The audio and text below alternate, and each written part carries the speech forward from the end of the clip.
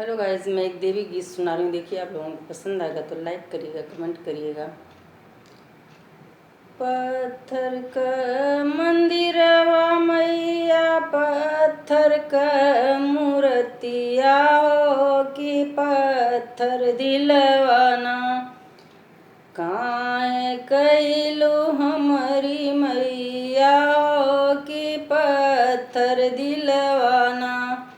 काहे कैलू हमारी मैया हो कि पत्थर दिलवाना।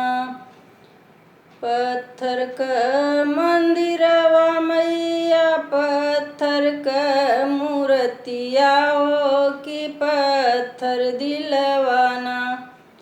काहे कैलो हमारी मैया हो कि पत्थर दिलवाना। काहे कैलो हमारी मैया हो कि पत्थर दिलवाना।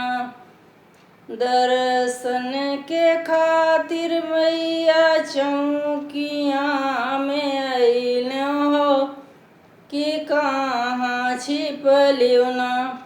मैया देहलियो ना दर्शनवा कि कहाँ छुपलू ना।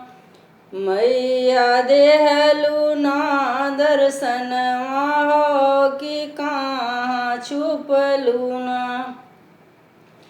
गौआ के लोगवा मैया कहले पगलिया हो कि कहाँ छुपलू ना।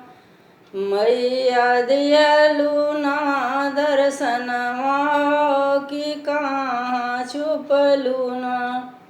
मैया दियलू ना दर्शनवा कि कहाँ छुपलू ना।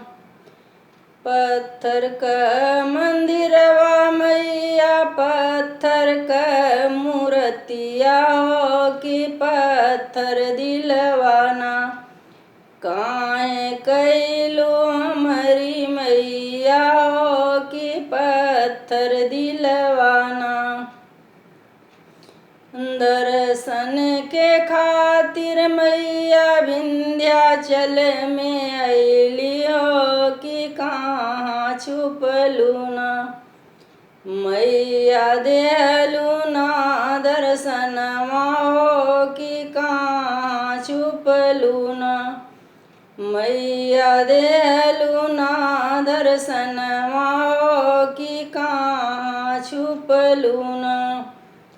गौआ के लोगवा मैया कहले पगलिया हो कि कहाँ छुपलू ना। मैया देहलू ना दर्शनवा हो कि कहाँ छुपलू ना। मैया देहलू ना दर्शनवा हो कि कहाँ छुपलू ना। पत्थर क मंदिरवा मैया, पत्थर क मूर्तिया हो कि पत्थर दिलवाना। काहे कैलू हमारी मैया हो कि पत्थर दिलवाना। काहे कैलू